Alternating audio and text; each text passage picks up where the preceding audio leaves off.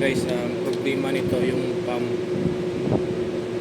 Kasi nga doon to sa banda sa likod namin, no, sa accommodation, maraming gumagamit.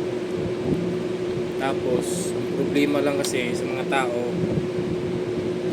siyempre pag gumamit ng mga yung gripo, minsan ay hindi masyadong hihigpitan, may tumutulog pa yung tubig. Siyempre pag sa oras na kasi na na tuloy-tuloy pa rin yun, automatic mag-aandar to, walang pahinga. Kahapon nagpalit na ako dito ng overload niya at saka kapasitor, ganun pa rin, no? Tapos medyo may ingay na.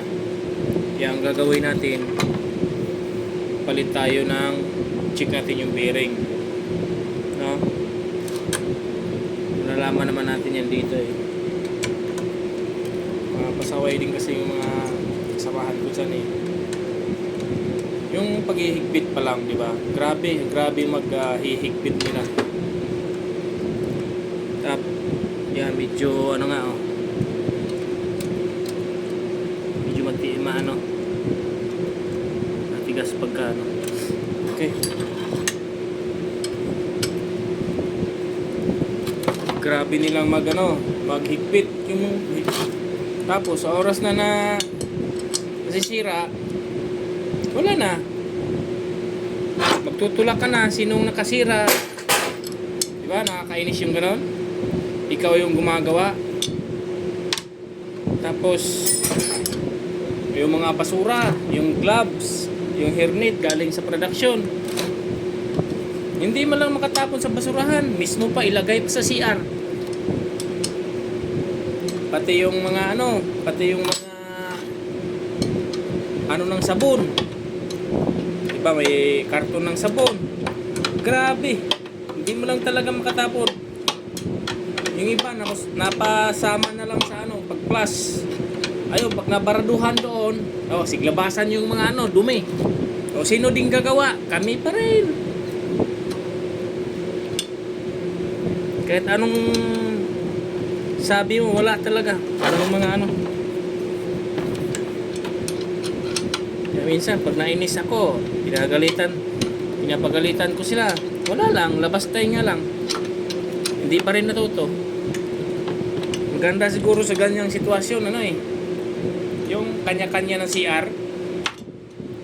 Kasi yun kabali tatlo dito sa kabila, tatlo din dito. Kung kanya-kanyang CR yan, maganda yan.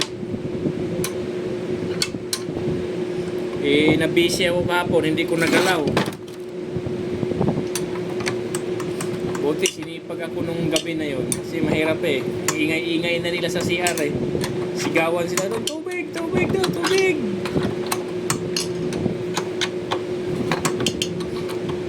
Dali kong kinuha yung doon sa kabilang area na mayroong pump. Ngayon okay na. Wala kasing tangke yan sa taas. Kung maganda sana may tangke sa taas para may siya, mayroon siyang walang tangke, dito lang siya ba, kukuha lang siya doon sa kabilang tangke, tapos aakyat yung tubig sa taas, tapos walang punduhan, diretso lang siya. Ito yung resulta. Pag may leak yun, pag may leak, ayun, tuloy-tuloy ang motor. Sinabihan ko na sila dati pa na maglagay ng maglagay doon ng tigas konti. Papanda rin natin.